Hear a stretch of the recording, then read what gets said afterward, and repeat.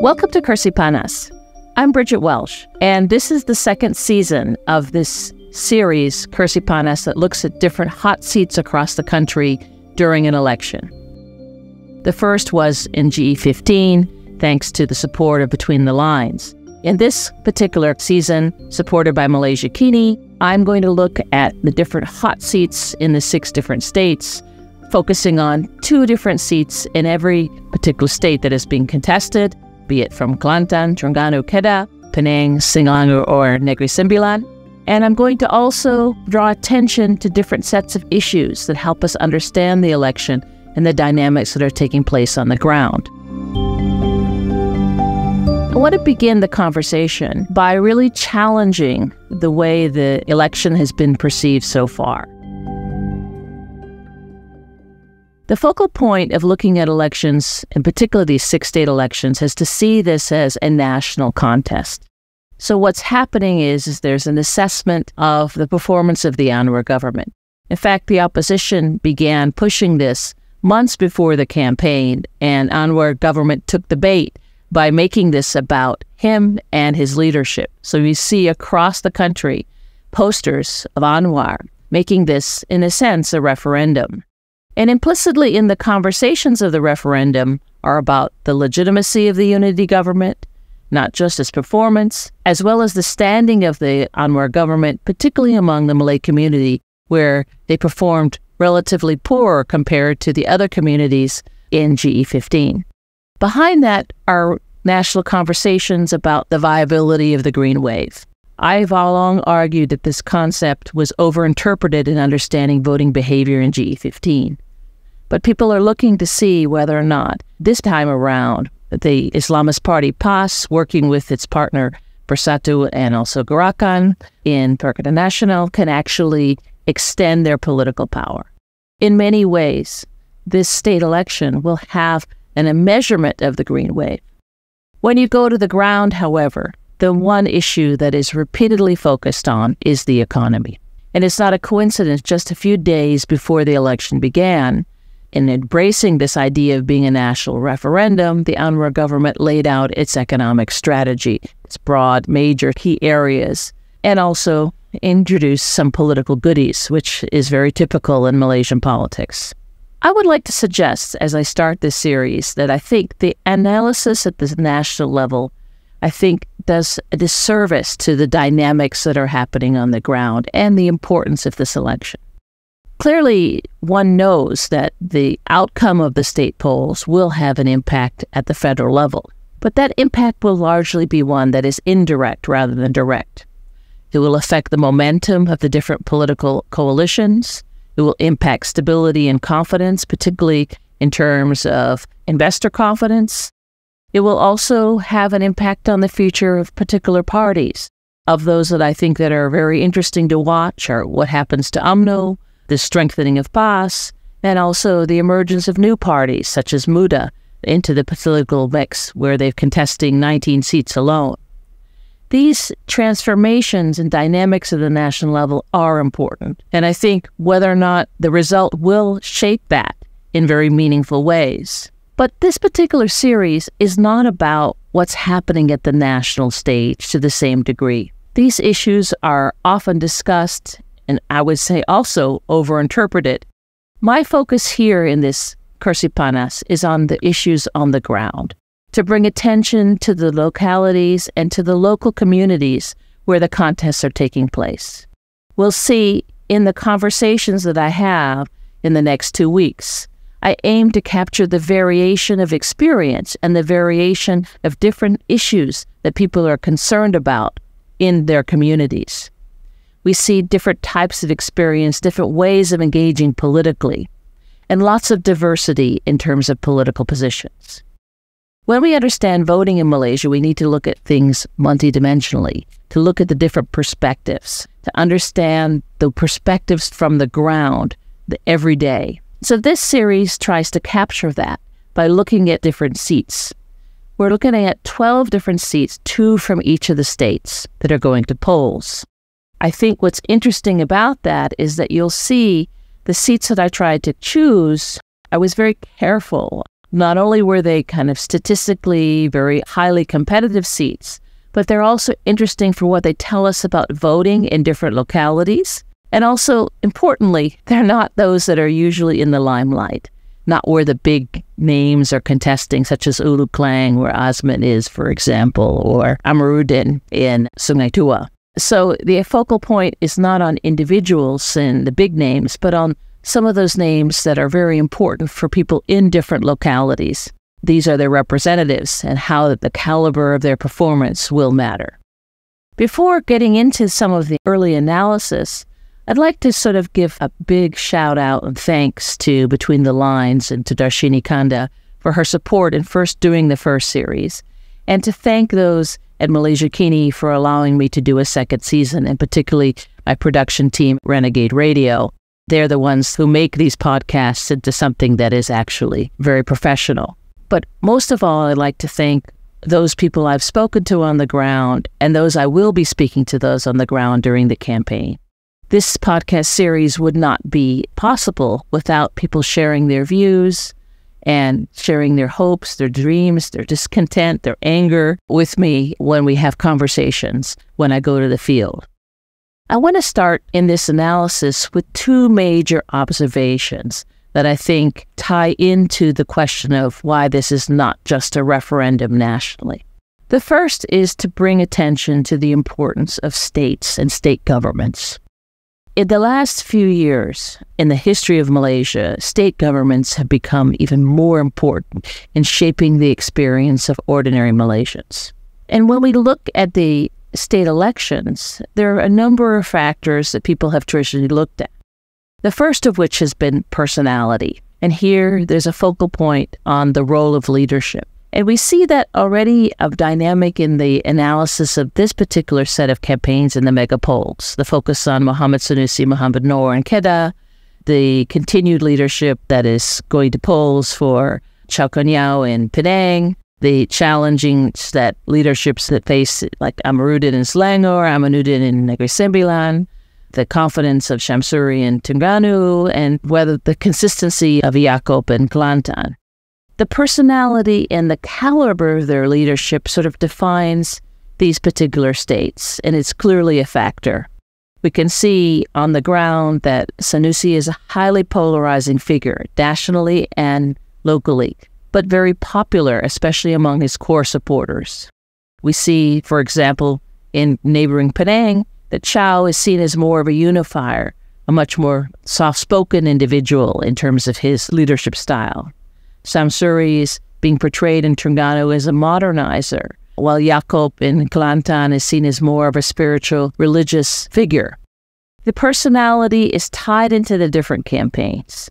It's interesting to see how their respective core base is actually transformed and mobilized. Of all of the leaders, that is clearly the most dynamic as a mobilizer, Sanusi has become a very important one. And with that has brought a lot of attention to some of the problems that are seen associated with his leadership in Kedah. So this issue, personality, is at the forefront. But what is at the core of state governments are other sets of issues. We've seen there's been much more decentralization of power. And in particular, we've seen a new type of governance that's taken place among states. And that has to do with the expansion of social assistance and considerable policy interventions. My article today on Malaysiakini focused on some of the social assistance measures that different governments have adopted. And what's interesting is that during COVID, many of these measures expanded. We've seen areas of health governance, we've seen areas of housing, we see areas of social assistance and welfare. The states that are wealthier have more programs, but what we are now seeing is that this is becoming across different states. One of the things that stood out, for example, in Terengganu, continues to be the provision of housing and the connection to some of the deliverables that were in the original PAS manifesto of 2018.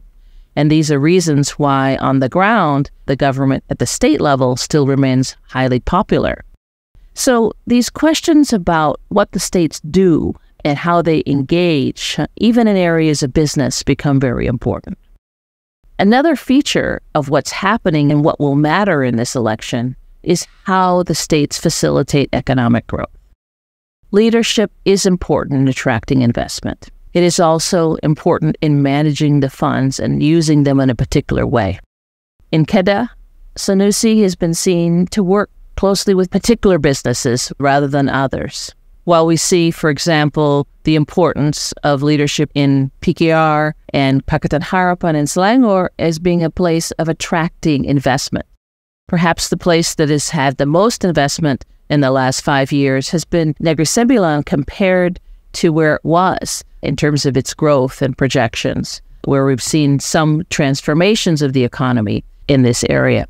Outsiders looking at these state elections should be cognizant of how important these economies are for Malaysia, from the perspective of Selangor, Penang in particular, but also for the oil and gas industry for places like Terengganu. And finally, there are certain jurisdictions that the state governments actually control, and this is the management of the land.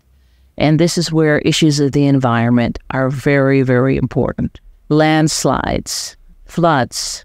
We see the impact on local infrastructure, whether or not it is the management of drains, to the issues and how the management of garbage. The state governments play an important role in shaping that, working sometimes with local authorities, but often setting out the parameters for these managements of these particular sectors. We can see importance of flooding, crucial issue in the last 5 years, and so far, very limited conversations about what sort of plans are put in place and what sort of initiatives that are taking place. Again, this is where the nexus between the federal and the state government is pretty critical, but it also is important who's in power and what are the skills and the skill sets that are necessary for state leadership. Beyond the question of the state factor, then there is the candidate factor. Yesterday in nomination, we saw 570 candidates vying for 245 seats. Of these, 71 candidates are women. That's only a mere 12%. And 41 candidates are independents. In terms of the demographics, what we see that the party with the oldest vote candidates is PAS at the median age of around 55. And then that goes down, PAS, BN, PN more generally, where you see Bersatu. PH and PN have the average age of 50, which is around for both of them, quite interesting. And then we see Muda at a younger age of 34. But what we see is differences, right? Most of the candidates are in their 50s, with the exception of Muda. And we can see that the number of youth candidates more generally that have been brought in actually is comparatively less than we found, for example, in the Malacca state election or even the Johor state election. So there has been, among the major coalitions, very modest and very limited youth regeneration. And looking at the candidates, we see some family affairs in terms of wives and children, but most of what we see is political party affairs in the sense that we have the results of infighting among political parties leading to candidates being selected. We see loyalists being appointed. We also see many of those who've been in the party for a long time. Interestingly enough, one particular party affair that is going on is that in Bersatu, we see a movement from a divorce of many of those who were from UMNO, have left UMNO, have joined Bersatu. And so Bersatu has become, definitely a kind of former UMNO party from a perspective of composition. And we can see this in many of the candidates that have been slated. I'm still in the process of finalizing the incumbent counts and others, but we do see a kind of two different dynamics that are taking place. We see many candidates that have been around for a long time. Many of them are still being fielded. This goes back to the issue of limited youth regeneration. But there are also many stalwarts at the divisional levels and others that are also being fielded. This is a pattern that we saw in the pattern of incumbency politically in Malaysia, is that what happens is only a few of the kind of core leaders are always slated. And then there's regeneration and new candidates that are appointed. Many of them are not young, but there's a lot of turnover. So we see some incumbents of people who have been there for quite some time still being fielded, be it in UMNO, be it in DAP, be it in PAS. At the same time, the base of the party, the majority of the seats are new people, many of them, however, coming from the body of the politics existing within the institutions, be it at the division chief level or being a party worker or a political secretary to the various political actors. At the ground, the candidate factor does matter. And it matters in very different ways, in different places. So in some of the rural constituencies, people talk about that person being on the ground, being able to be accessible, being physically present. In the more urban constituencies, we see that they're talking about their performance. It's not a personal relationship. It is actually one that is seen to be measured on the deliverables and the assessment of what comes out of what they're doing. And in looking at the candidate factor, people talk about their qualifications, and they look at these issues of access and performance in very different sets of ways. So the candidate factor and the announcements that were made yesterday will matter on the ground for many voters. We'll return to the issues of the candidates and what they stand for and who they are in the discussion of particular seats. For many of the parties now, what's interesting is that the candidates, there isn't much excitement on the newness. There's sort of the sense that these are just political figures. And we'll see whether or not that changes when there are more focal points and discussions about individual candidates. And we'll see whether or not the party dynamic overshadows these concerns of the candidates. But when we think about this election, I think it's very important to recognize that this is not just a referendum on Anwar's government. The impact of who you vote for and what happens at the state leadership level will affect your lives. Join me as we continue the conversation in the hot seats. Thanks so much.